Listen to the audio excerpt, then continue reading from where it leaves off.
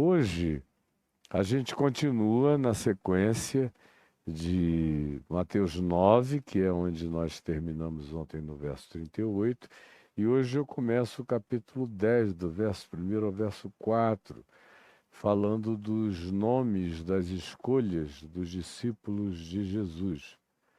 Quando ele os escolheu e quem foram eles? E o que é que os nomes desses indivíduos, com as suas alcunhas, nos revelam sobre a personalidade, os traços de temperamento, a cultura dentro da qual eles foram gerados, produzidos, fomentados. Tudo isso é de uma riqueza impressionantemente significativa. Especialmente porque no dia de ontem, depois de dizer a vocês que Jesus percorria todas as cidades e povoados, ensinando nas sinagogas, eu expliquei que sinagogas eram essas, e pregando o evangelho do reino. Qual o significado disso? Quando Jesus pregava, o que ele pregava? Está tudo aí pronto para você no dia de ontem, é só você chegar e acessar. Curando toda sorte de doenças e enfermidades, eu expliquei essas variações e também aquela pergunta: se Jesus estivesse presente num lugar com muitos recursos médicos e científicos para cura, ele curaria tanto quanto curou naqueles dias? Uma resposta que eu dei no programa de ontem, no tema de ontem. Eu quero que você vá lá. E aí ele se dirige aos seus discípulos, dizendo-lhes que via as multidões e sentia contorções de natureza visceral. É uma expressão diarreica no grego para definir compadeceu-se. Tinha a ver com o estrangulamento das vísceras em agonia, em movimento, em comoção inevitável, como acontece com os nossos intestinos quando entra numa crise visceral de contorção diarreica. A gente corre para buscar uma solução. Do contrário, a solução corre atrás de nós. E essa é a expressão que os gregos usavam para falar de compaixão. É um negócio que não dá para você, uma vez vendo, percebendo, discernindo, não agir. Não agir. De não agir diarreicamente em amor para socorrer, para resolver a situação e o problema. Você está entendendo perfeitamente a metáfora. E aí ele se dirige aos seus discípulos, dizendo-lhes: a seara, na verdade, é grande. Em João ele diz: os campos estão brancos para a ceifa. Mas é a mesma ocorrência. Porém, os trabalhadores são poucos. Os trabalhadores. Quem são esses trabalhadores? Aonde eles os arregimentam? Hoje em dia, os trabalhadores são arregimentados nas praças, quando são bons camelôs. Tem igreja que tem os seus olheiros nas praças. Quando encontram um camelô dando nó em pingo d'água, convidam o cara para ganhar infinitamente mais, para ter casa, ter isso tudo. Receber um treino de 4 meses para aprender a repetir aquilo que a publicidade e o marketing daquela franquia chamada igreja, que é uma seita, e todas elas aprenderam a fazer a mesma coisa, ensinam. Aí o cara, 4 meses depois, é jogado numa igreja como pastor e vai ser avaliado pela quantidade de dinheiro que ele arrecada. Se ele for um grande arrecadador de fundos, ele logo deixa de ser pastor para virar bispo. Se como bispo ele também for, e ele só é medido, e todos só são medidos pela arrecadação de fundos, por quanto entra de grana, essa é a referência, aí ele vira um bispo regional. Se aí ele também se destacar, ele se transforma num superintendente mais amplo. E se ele aí se destacar, ele é trazido para as instâncias superiores da seita imperial, praticada no seu estelionato, em tudo que faz, em tudo que vende, em nome de Jesus, ele é trazido, esse indivíduo, para as instâncias superiores da gestão próxima ao semideus, ao vice-deus que esteja ali na direção daquele grupo. É assim todos eles. No passado começou com uma seita evangélica neopentecostal assim, que fez escola, e hoje em dia quase todo mundo embarcou na mesma história, no mesmo modus operandi. Você que está de longe, na sua inocência, não sabe de nada, é assim que funciona. Assim eles levantam os trabalhadores que não são para a seara do reino de Deus, não são para pregar, para ensinar, para curar de verdade, para tratar, para acolher, para incluir, como o Evangelho de Jesus ensina. Não, não são. Eles são pessoas especialistas em provocar, em manipular, em sugestionar, para vender qualquer coisa, transformar essa pedra aqui numa coisa preciosa para ser vendida para algum desavisado que passe pela vida e compre. Tem gente para comprar qualquer coisa. E estão vendendo terrenos nos céus, mansões melhores ou menores, dependendo da grana que você der, e um bilhão de outras loucuras e de bugigangas pseudo-celestiais que eles oferecem fetichisticamente, e tem gente para todo lado comprando.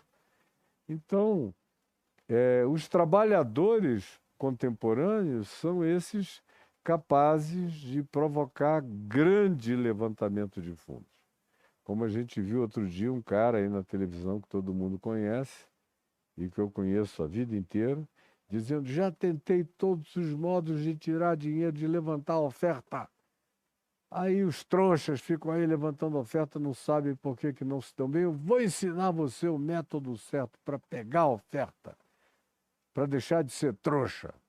Todo mundo viu, viralizou essa coisa nojenta por aí, mas vocês praticamente ficaram tanto empedernidos de coração. Entra por aqui, sai por ali e continua tudo igual, tudo a mesma coisa.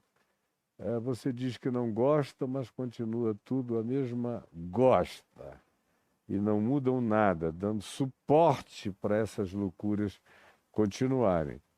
Aí Jesus tinha acabado de dizer que a seara, na verdade, é grande, mas os trabalhadores são poucos, e disse aos seus discípulos: rogai, usando uma palavra violentamente íntima, visceral, forte, das entranhas intercessórias. Rogai, porque a seara é grande e os obreiros são poucos, rogai ao Senhor da seara, que mande, que envie. Não é a gente que vai capturar pessoas. Não, que ele mande, que ele desperte, que ele faça nascer consciência no coração dessas pessoas, para que a grandeza e o significado e o privilégio do anúncio, do ensino, da ministração, da realização em fatos e obras do reino de Deus, seja no coração delas o maior de todos os galardões, o maior de todos os prêmios, o maior de todos os desafios, a maior de todas as chances e oportunidades. Que o Senhor faça isso, plante isso. Porque quando é o homem que vai, procura, convoca, demanda, desafia, promete, barganha, oferece salário, o que acontece no final é essa coisa nojenta que a gente já assiste no cristianismo há 1.700 anos. E especialmente nos últimos anos, no nosso país, na América do Norte, na América Latina, na África, no cristianismo ocidental, que está todo apodrecido, porque os trabalhadores não são trabalhadores do reino de Deus, são aproveitadores das ovelhas, que são treinados para não deixar nem pele, nem carne, nem nervo, nada. Arrancam até as unhas, tiram até os dentes, deixam você uma caveira de gente que não presta mais para nada. E no dia que disser não tenho mais para dar, você é descartado aos pedaços, os fragmentos dos seus esqueletos jogados no vale dos ossos secos, e eles não estão nem aí para você, nem aí. E ainda condenam você ao inferno, dizem que você é um desigrejado, que não suportou o abuso deles, e a culpa é sua, porque saiu dessa cobertura, que é uma cobertura de feitiçaria praticada estelionaticamente, num estelionatário horroroso, num estelionato horroroso em nome de Jesus, contra a tua alma. E você geme, geme, geme, e ainda se sente com medo de estar pecando contra Deus por estar se sentindo tão mal. Na mão desses trabalhadores, desses operários da maldade, minando seu coração até tirarem a última pepita de qualquer coisa da sua vida e do seu ser. Uma vez que Jesus diz, rogai ao Senhor para que mande gente dele, gente com a mente dele, com o coração dele, com o espírito dele, com a atitude dele, com a imagem e semelhança dele, com a disposição de engajamento no caminho dele, para serem esses que me servem, que são os únicos que me servem como trabalhadores na seara do reino de Deus. Após dizer isso, após pedir a eles que, juntamente consigo mesmo, Jesus, orassem ao Pai, pedindo que lhes enviasse trabalhadores para a seara, Jesus mesmo chama oficialmente, claramente, explicitamente, designa inequivocamente os primeiros trabalhadores para essa seara do reino de Deus que foi inaugurada com a proclamação do Evangelho na história humana. Veja bem, a obra de Deus não começou com a pregação da Boa Nova de Jesus no mundo. A Boa Nova de Jesus no mundo vem sendo anunciada desde tempos imemoriais, de acordo com a ordem de Melquisedeque, como a gente lê na Epístola aos Hebreus. E vem sendo anunciada por toda a terra, se faz ouvir a sua voz e as suas palavras até os confins do mundo. Ou como diz Paulo em Romanos, no capítulo 2, que todos os homens, com conhecimento ou sem conhecimento, são julgados pela luz que recebem, não pela luz que nunca tiveram, pelo entendimento que obtiveram de algum modo, não por aquilo que nunca ficaram sabendo, de modo nenhum. E Paulo diz, todo mundo vai levar um susto, está lá em Romanos 2,16, quando, através da revelação do meu evangelho, Deus abrir os segredos dos corações dos seres humanos, e aí vocês descobrirem que a chamada igreja, entre aspas, institucionalmente falando, o cristianismo, tem muitos milhões que Deus não sabe nem quem são. E Deus tem outros bilhões que o cristianismo não reconhece, luta contra, repudia, se puder queima, ou joga fora, ou põe no inferno. Esse é o choque que vai acontecer quando os segredos do coração dos homens forem abertos. Então, após dizer, peçam ao Senhor da seara que mande trabalhadores, ele mesmo, que é o Senhor da seara, convida os primeiros trabalhadores explícitos para essa seara da pregação também explícita da boa nova do reino de Deus, que é o que você e eu devemos nos ocupar e não perder tempo com outras coisas, que muitas vezes são até importantes, mas que são distrações flagrantes e impeditivos horrorosos no que diz respeito a gente dedicar a paixão inteira do ser. E é uma paixão não fanatizante, é uma paixão que nos torna apaixonados fraternalmente por todos os seres humanos planetários. É isso que o Evangelho e que o amor do Espírito Santo provoca em nós. Quando o Evangelho e o amor do Espírito Santo não provocam isso em nós, é porque o Evangelho não nos chegou e o amor do Espírito Santo não nos atingiu. Porque quando acontece, é assim que a gente enxerga a vida, é assim que a gente enxerga o mundo, é assim que a gente enxerga as dimensões, é assim que a gente interpreta a existência.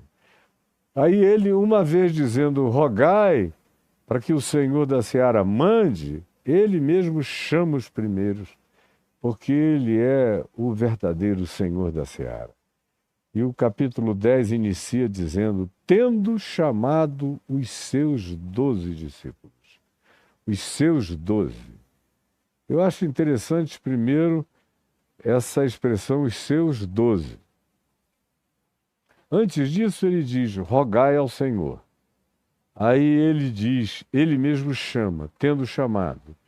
Ou seja, ele é o Senhor a quem se deve pedir que envie os trabalhadores para a seara, e ele mesmo dá a demonstração disso, respondendo à oração que ele pede que os discípulos façam, chamando aqueles primeiros discípulos para serem os primeiros trabalhadores explícitos dessa seara, da qual eu faço parte e convido você a fazer parte também. A segunda coisa é essa designação específica dos seus 12.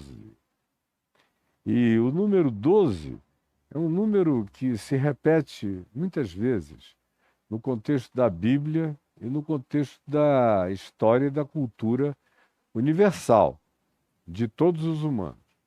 Começando pela cultura universal, a gente tem os 12 meses do ano, no mundo inteiro, em todas as culturas, seja no calendário solar ou lunar, são 12 meses no ano. Você tem no zodíaco os 12 signos do zodíaco, em cada mês, os 12 meses do ano. E você tem pontos de referência energética declaradas nos xamanismos do mundo inteiro, que são grandes 12 pontos energéticos planetários, ou grandes 12 portais. Eu estou falando numa perspectiva de cultura universal, variada, dos povos. E quando você... E aí era uma quantidade enorme. Eu tenho, inclusive, alguns documentários aqui comigo que falam da variedade universal, da sequência, da utilização do número 12, o que inegavelmente faz o número 12 um arquétipo, uma numerologia de natureza simbolicamente importante para os humanos no curso da história. E aí na Bíblia eles estão presentes. O número 12, os numerais agregados em 12 unidades estão manifestos em diversas ocasiões. As mais conhecidas são as 12 tribos de Israel, e que estão presentes numa quantidade enorme de alusões. A gente tem as 12 portas da Nova Jerusalém, que tem 4 lados, a cidade é quadrangular, com 3 portas em cada lado, 12 lados. E aí a gente tem aqui os seus 12 discípulos de Jesus, a quem ele chamou de apóstolos posteriormente, que não é uma designação de um cargo superior, é de uma função representativa. Apóstolo significa aquele que carrega uma boa nova e que a leva aonde pessoas nunca a ouviram. De modo que aonde quer que alguém leve a boa nova para quem nunca ouviu, sejam etnias, sejam grupos culturais, sejam subgrupos, sejam realidades tribais de natureza étnica ou simplesmente subcultural, em qualquer ambiente da sociologia humana, quem quer que tenha a capacidade de fazer a tradução e que tenha a capacidade de fazer a releitura adaptada para a compreensão melhorada desses subgrupos que às vezes nem sempre entendem a língua escorreita, por exemplo, do português. Eu, quando falava e falei a vida inteira a grupos diferentes, sempre me servi da linguagem corrente daquele grupo. Se você vai pregar num presídio, você tem que aprender a linguagem dos apenados para poder comunicar o evangelho a eles. Eu pregava para os hippies e falava a linguagem dos hippies. Eu pregava para os playboys e falava a linguagem dos playboys. Eu pregava para os milionários, para os empresários e falava a linguagem dos empresários, dos milionários. Eu pregava, na maior parte das vezes, para uma quantidade imensa de pobres. E a minha temática era a temática que partia de onde eles estavam, da pobreza total, da necessidade absoluta, material, bem básica. Eu pregava para os grupos e prego para os grupos acadêmicos e uso a linguagem básica acadêmica, que é aquela na qual eles se sentem mais confortáveis ouvindo.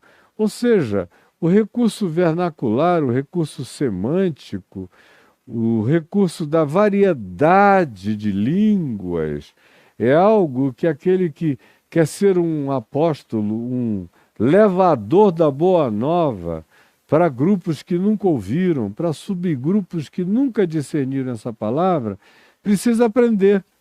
O apóstolo tem que aprender a linguagem desses aos quais ele se dirija.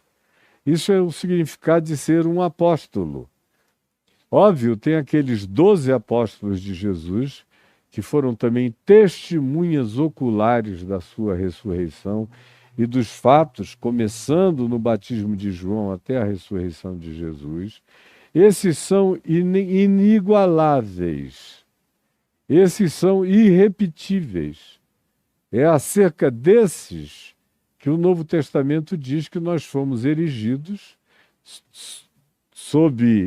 construídos sobre a pedra angular, que é Cristo Jesus, a pedra angular, que é Cristo Jesus, a pedra angular, e a sequência do amuralhamento, do nivelamento, do prumo, foi feita com base no alinhamento dos profetas e dos apóstolos com o prumo e com o nivelamento dado pela pedra angular, que é o Evangelho absoluto de Cristo Jesus. Então, o que os apóstolos falam de acordo com os alinhamentos do Evangelho de Jesus e o que os profetas falam de acordo com esse mesmo alinhamento é o fundamento sobre o qual a verdadeira Igreja de Deus é construída.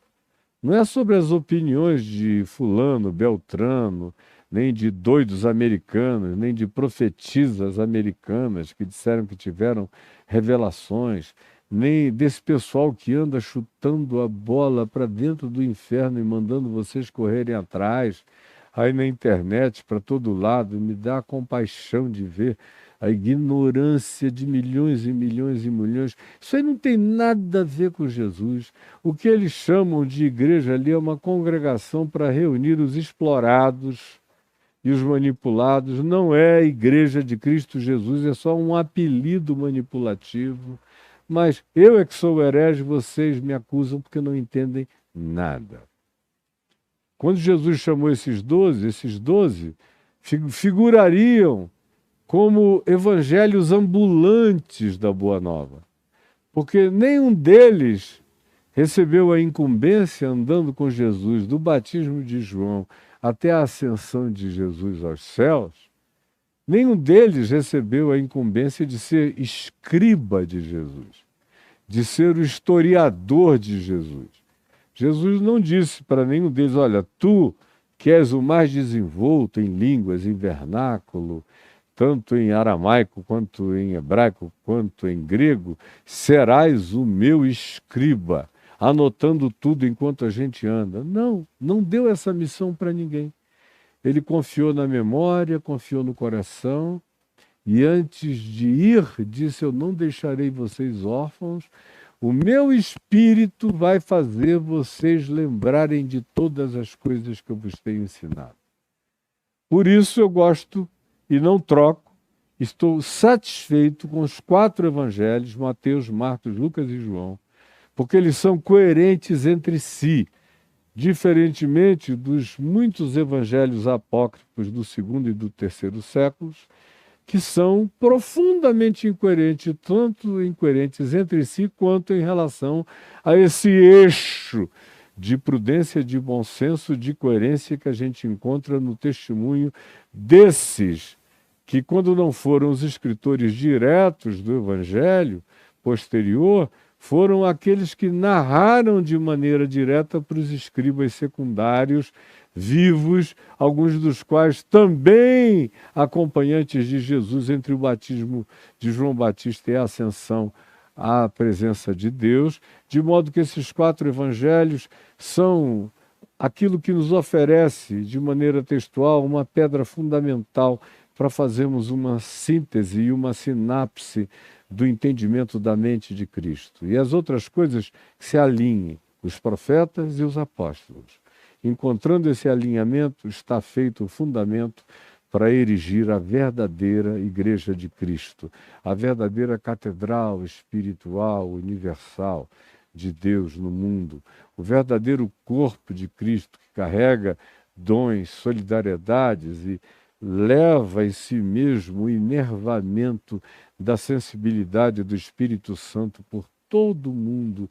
E essas pessoas vão sentindo a dor humana em nome de Cristo Jesus como genuínos extensores e membros do corpo de Cristo espalhados pela terra, sejam eles de igrejas do cristianismo ou não, mas se forem gente do amor, como diz João, gente que ama, que vem de Deus, que procede de Deus e conhece a Deus, esses são os verdadeiros, genuínos filhos de Deus, com doutrina ou sem doutrina, com instrução ou sem instrução, são esses que fazem a obra de Deus, esses são os extensores do corpo de Cristo na face da terra, esses que pensam a vida com amor, compaixão, justiça, misericórdia, bondade, verdade, fidelidade, com as éticas das pautas de Jesus, sabendo do Evangelho ou não, todavia, se praticando isso, como Paulo diz em Romanos 2,16, eles se tornam juízes para si mesmos. No dia em que Deus abriu os segredos do coração, nós vamos ver como eles eram lindos e faziam parte da verdadeira igreja de Deus que você não reconheceu, que você não enxergou, que você desprezou, enquanto você abraçou essa moura torta, adoecida, essa bruxa enfeitiçada de maldades, de poções malignas, ministradas a você todos os dias em nome de Jesus, e só porque é feito em nome de Jesus você acha que precisa acolher essa realidade tão horrorosa. Pois bem, Jesus chama, roguem ao Senhor, e Ele é o Senhor, Ele mostra que é o Senhor e chama os seus 12, que não são os 12 filhos de Jacó, são os seus 12 discípulos, não são 12 tribos. Aqui acaba o tribalismo. Na manifestação do chamado desses apóstolos, acaba o tribalismo, acaba o culto ao monoliticismo cultural judaico, acaba aqui a necessidade do pedigree e das linhagens puras do judaísmo. Isso nunca foi um critério de nada para Jesus, sob hipótese nenhuma. E a gente vai ver isso. Tanto quanto não há nenhum traço de que Jesus faça opção preferencial pelos acadêmicos da teologia. De modo nenhum. E quando Paulo, que não andou entre o batismo de João e a ascensão de Jesus ao céu, é chamado de apóstolo e aceita para si essa condição, é porque ele é alguém que, mais do que a soma de todos esses apóstolos, leva o evangelho antes de todos eles para onde ninguém tinha levado e com um desassombro que ninguém antes dele jamais fizera, nem sequer conhecera. E muitos desses que depois cresceram e se tornaram maduros, desses apóstolos, desses 12, tiveram em Paulo um provocador extraordinário dessa mensagem. Considerando o seguinte, por exemplo, que o irmão de Jesus, Tiago, líder da igreja em Jerusalém, não faz parte desse grupo aqui, dos 12. Considerando que Judas, irmão de Jesus, autor da Epístola Única do Novo Testamento, também não faz parte desse grupo aqui. Tanto quanto Paulo, que chegou, como ele mesmo disse, como um nascido fora de tempo, nascido ec trauma, arrancado por fórceps, tendo entrado em sofrimento, um estilo de vida cheio de ódio que adotara contra os discípulos de Jesus, ele é arrancado pelo fórceps da graça de Deus às portas de Damasco e se torna apostolarmente um indivíduo superior em consciência a todos os que o precederam. Adquiriu o conhecimento do Cristo eterno mais profundo do que aqueles que conheceram Jesus na intimidade, mas não souberam fazer a leitura da universalidade e da transversalidade de Cristo, como Paulo fez mais do que todos os demais. Pois bem, ele chama os seus 12 discípulos, os que aceitaram viver sob a disciplina. A disciplina não é régua, bate aqui, tira a mão daí, menino. Paulo diz que não tem nada a ver com não toques isso, não pegues aquilo, não olhes para aquilo outro, não bebas aquilo, não chegues perto disso. Isso aí, Paulo diz, tem aparência de sabedoria, mas não tem nenhum valor contra a sensualidade. Não. Os discípulos são pessoas que aprenderam que não é o que entra pela boca o que contamina o ser humano, mas é o que sai do coração. São esses que aprenderam a inversão radical dos significados e dos valores.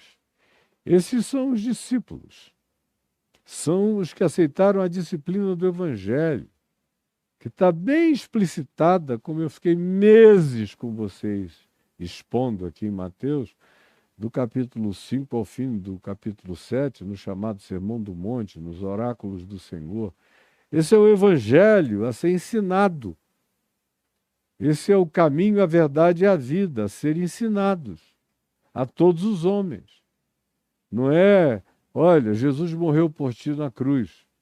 Doeu pra caramba, meteram pregos, ele sofreu, foi todo chicoteado.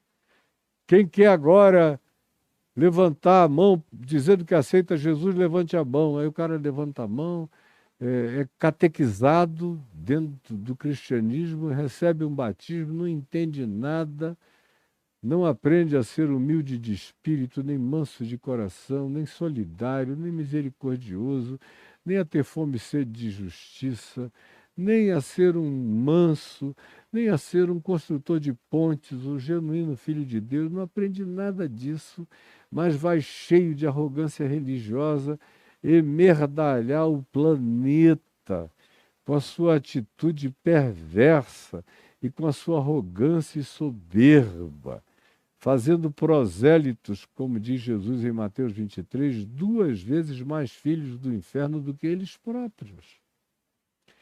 Então, para ser discípulo é alguém que se submete à disciplina do amor, do fruto do Espírito, que é amor e com tudo que do amor decorre, e que está bem sintetizado em Mateus 5, até o capítulo 7, e que tem a sua suma totalmente definida naquilo que Jesus disse: o que quereis que os homens vos façam, fazei vós primeiramente a eles, porque essa é toda a lei e os profetas.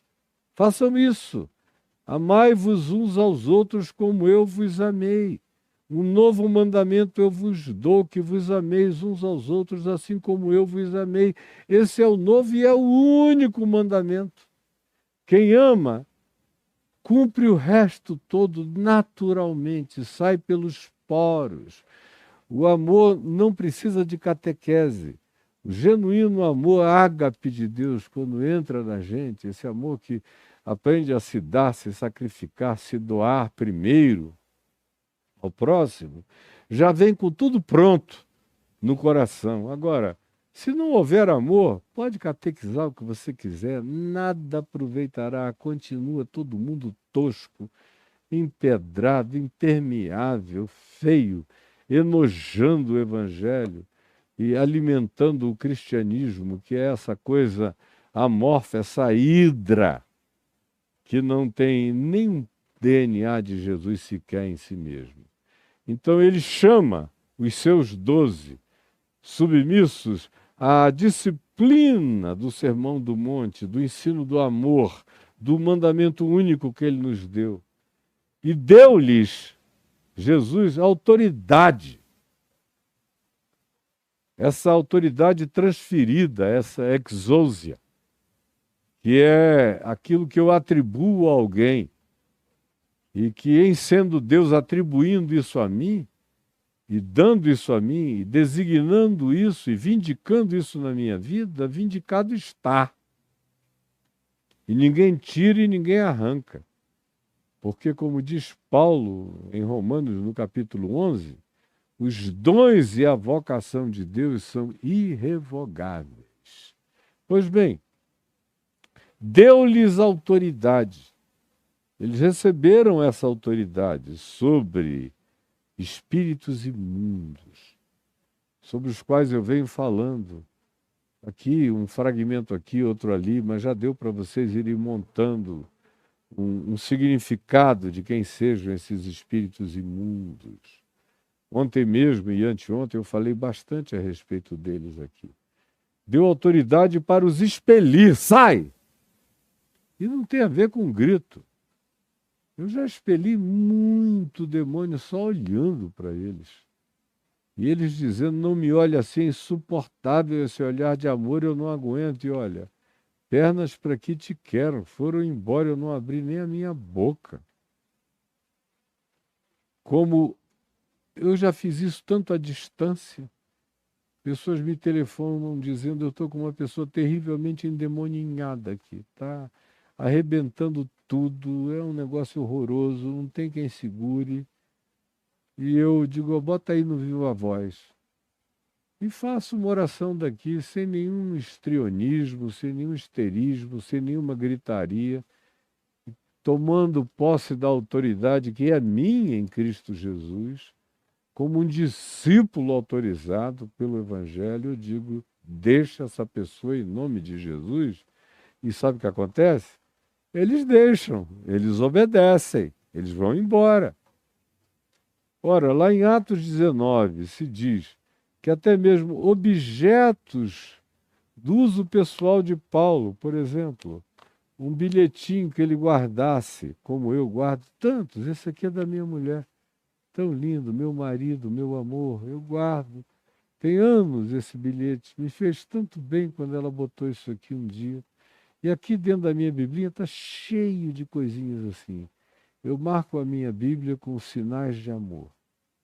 Pegavam coisas de Paulo, lenços, aventais, coisas do uso pessoal e levavam para casa de doentes e endemoninhados lá em Éfeso. E o texto de Atos 19 diz que os espíritos imundos saíam das suas vítimas e as enfermidades as deixavam. Aí você diz, Caio, explica isso. Eu não tenho nenhum problema com nada disso. Você que recebeu uma catequese onde as coisas ou não são assim, ou tudo que seja assim é outra coisa, mas eu não sou nenhuma coisa nem outra. Eu sou um homem do Evangelho e do equilíbrio praticado segundo Jesus. Por isso vocês nunca vão me compreender e poucos encontrarão identificação com a minha lucidez no Evangelho em Cristo Jesus. Pois bem, deu-lhes essa autoridade de expelir. E eu vejo pessoas que me encontram por aí afora que dizem: eu estava assistindo o seu programa na internet. E ao meu lado, uma pessoa da família que vem oprimida e endemoninhada há anos. E enquanto você pregava, de repente, deu aquela sacudida, algo parece que saiu e saiu para sempre da pessoa. Outros me dizem: foi comigo que aconteceu.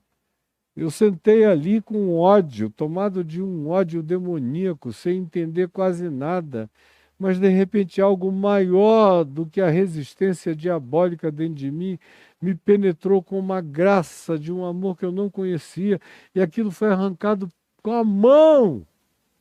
E você estava lá no fim do mundo, pregando foi meramente pela palavra. Essa é a autoridade que Jesus me conferiu e confere a todos quantos aceitam esse chamado para viverem com integridade o ensino, a pregação e a ministração do reino de Deus entre os seres humanos. Foi com aqueles, e é com estes, e é com você, e é com cada um dos que creiam ainda hoje. Ora, os nomes dos 12 apóstolos, dos 12 enviados, que é o que a palavra apóstolo significa, enviado, no caso, enviado como trabalhador para a seara, não é para andar em tapete vermelho, nem para comprar Porsche, nem Jaguar, nem os últimos Mercedes, nem para jactar de riquezas, nem mansões e castelos, ou isso e aquilo. Isso aí são os corruptores do Evangelho, que não tem nada a ver com Jesus. São esses que ficam tentando fazer de Jesus um homem rico todo dia para justificar as ganâncias pessoais deles. Mas eles receberão o juízo que lhes é particularmente pertinente e inapelavelmente vindouro na direção deles. Pois bem, os nomes dos 12 apóstolos são estes.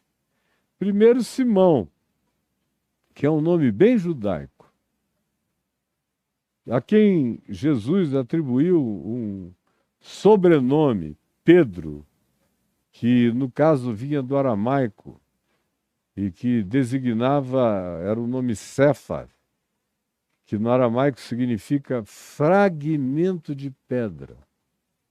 Não é a rocha sobre a qual Jesus, corta para cá, Caio, a rocha grande sobre a qual Jesus erigiu tudo, que é ele mesmo, a pedra de esquina, a pedra angular, não é Pedrinho, não. Pedrinho é um céfazinho, um fragmento de pedra.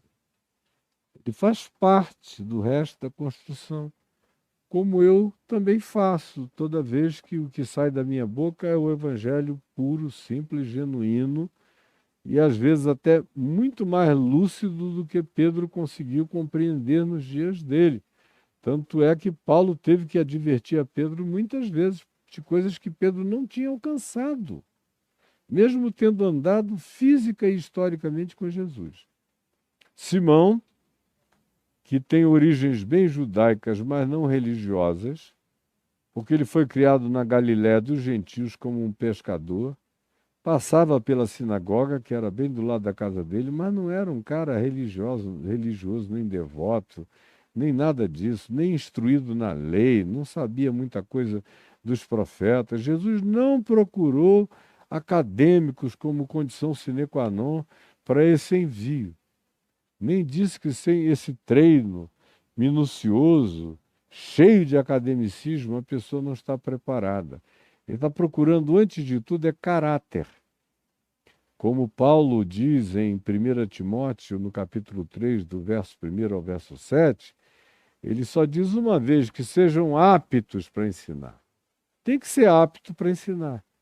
Tem que ter capacidade de comunicação, tem que ter capacidade cognitivo-hermenêutica que carrega em sobriedade interpretativa, tem que ser epistemologicamente pessoas saudáveis, tem que ter alguma pedagogia e tem que ter alguma graça de comunicação. Não podem ser uns indivíduos completamente chatos, parados, duros, engessados. Esses servem para muitas outras coisas, mas não para serem aqueles comunicadores que vão falar com um grande número de pessoas. Para isso, Jesus não dispensou o poder da comunicabilidade. Mas a ênfase que Paulo dá, que é a mesma de Jesus, conquanto diga seja apto para ensinar, o resto se concentra em caráter. Que seja marido bom em casa, que saiba cuidar dos filhos com amor, com admoestação, com carinho, com bom senso, que tenha bom testemunho do pessoal de fora, do pessoal da sociedade secular circundante, que olhe para eles e diga: isso aí é gente boa de Deus, é gente íntegra, é um ser humano justo, é uma pessoa maravilhosa. Tem que ter o testemunho pagão como validação dessa figura. Sem esse testemunho dos de fora, não adianta ter a congregação toda jurando que o cara é legal, porque para o apóstolo Paulo, para Jesus, o testemunho que vale é aquele que vem do mundo em estado perplexo e boquiaberto ao constatar um ser humano lindo e bonito de Deus caminhando entre eles.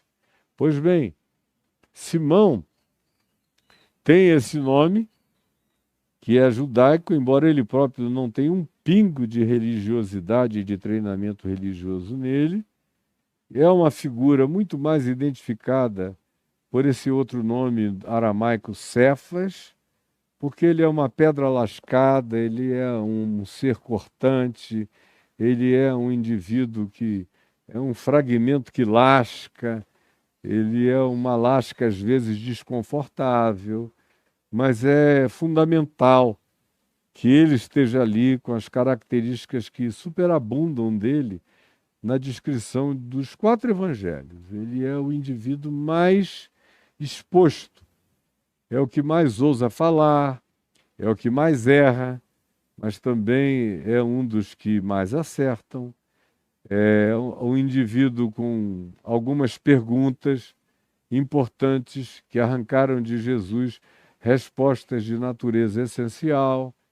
É um ser humano que tem a sua humanidade à flor da pele, com capacidade de subtezas maravilhosas e subtezas ridículas, repreensíveis, como toda vez que aconteceu, Jesus repreendeu.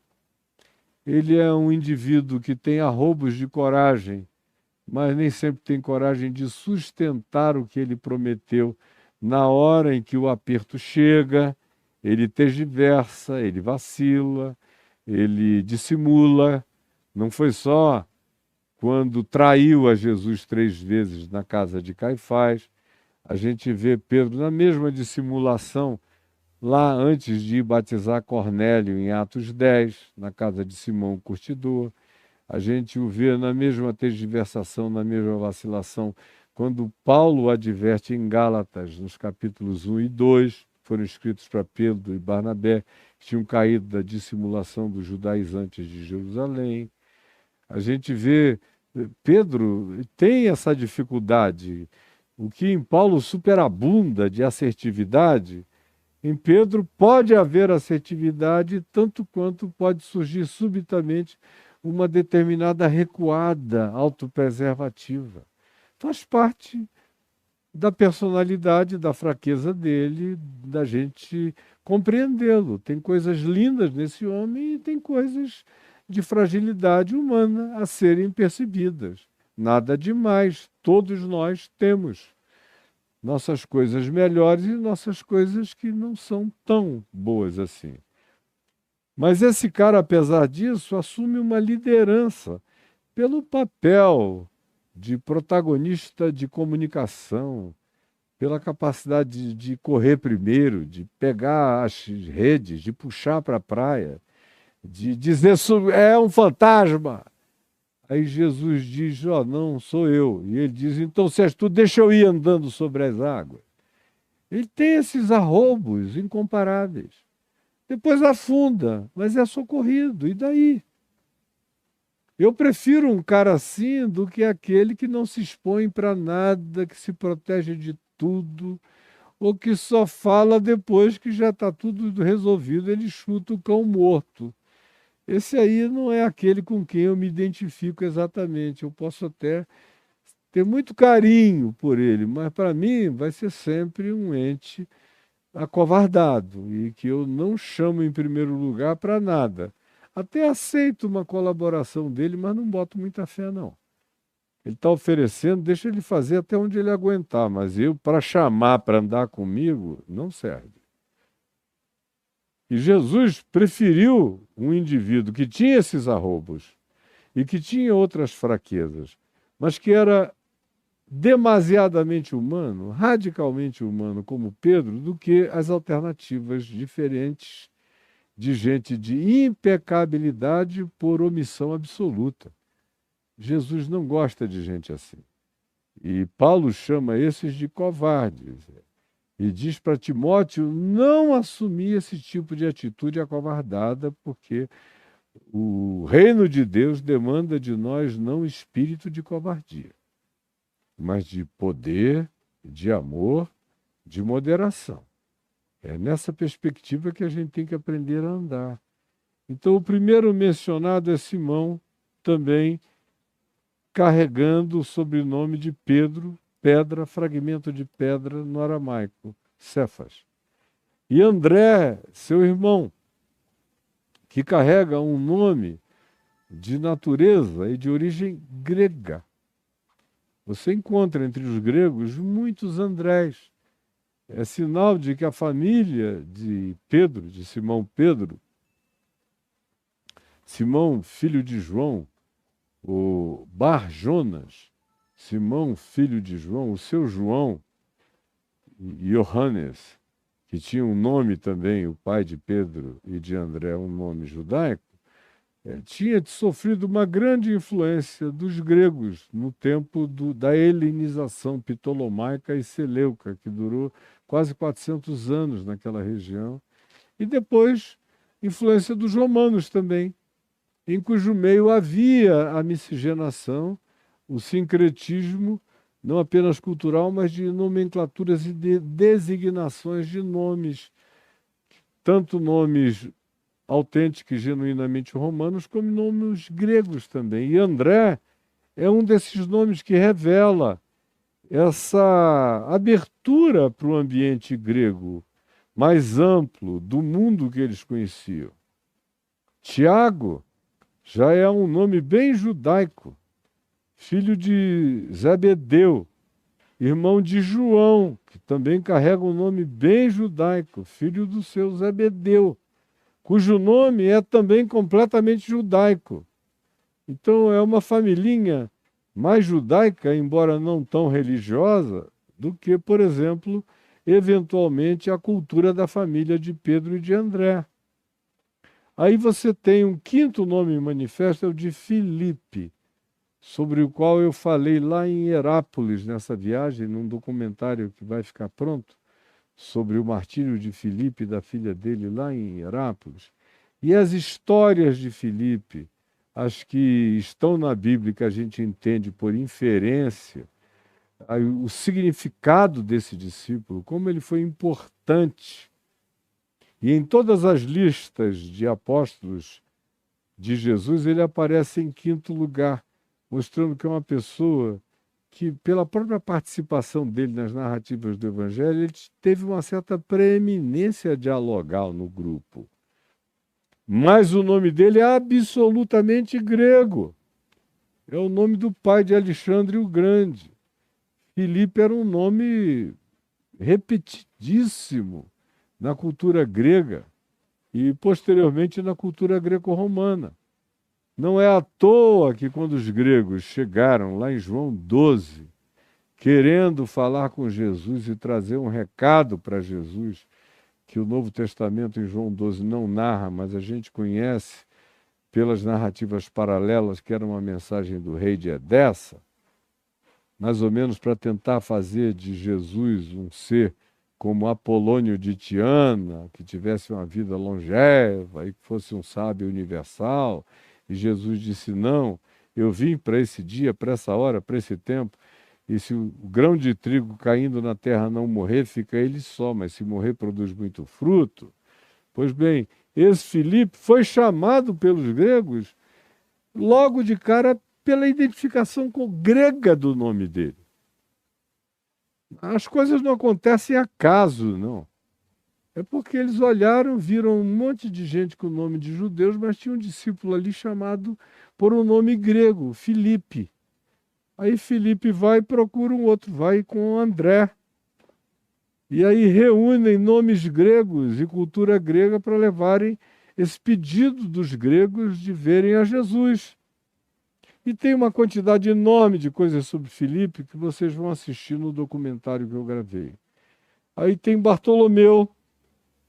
Filipe é um cara que pregou muito o evangelho na região do Vale do Lico, em Herápolis, na Ásia Menor inteira e em muitas cidades gregas. Ele aproveitou a aculturação grega dele e pregou no mundo grego, mais do que a maioria dos apóstolos.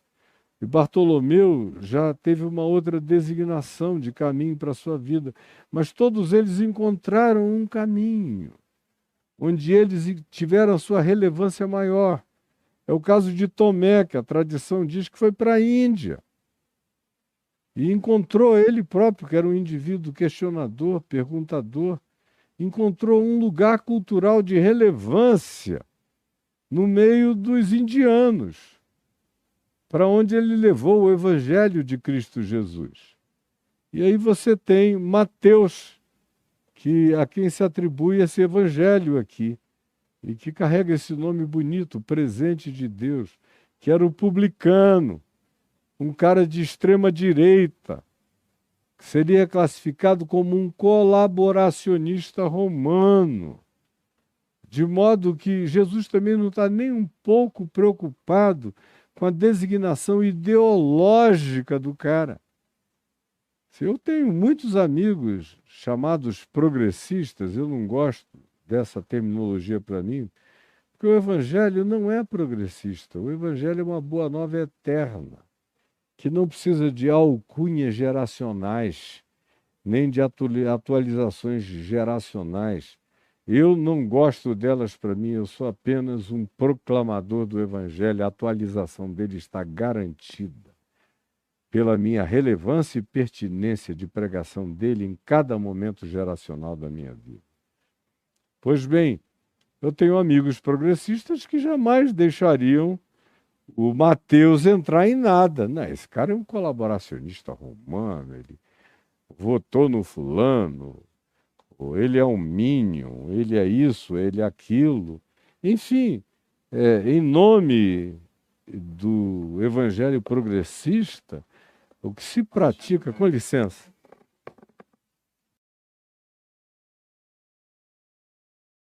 evangelho progressista, o que se pratica de preconceito, intolerância, idiotice é extraordinário. Agora, não dá nem para se comparar com o outro lado, que é o lado da chamada extrema-direita religiosa. Esses aí já jogam no inferno.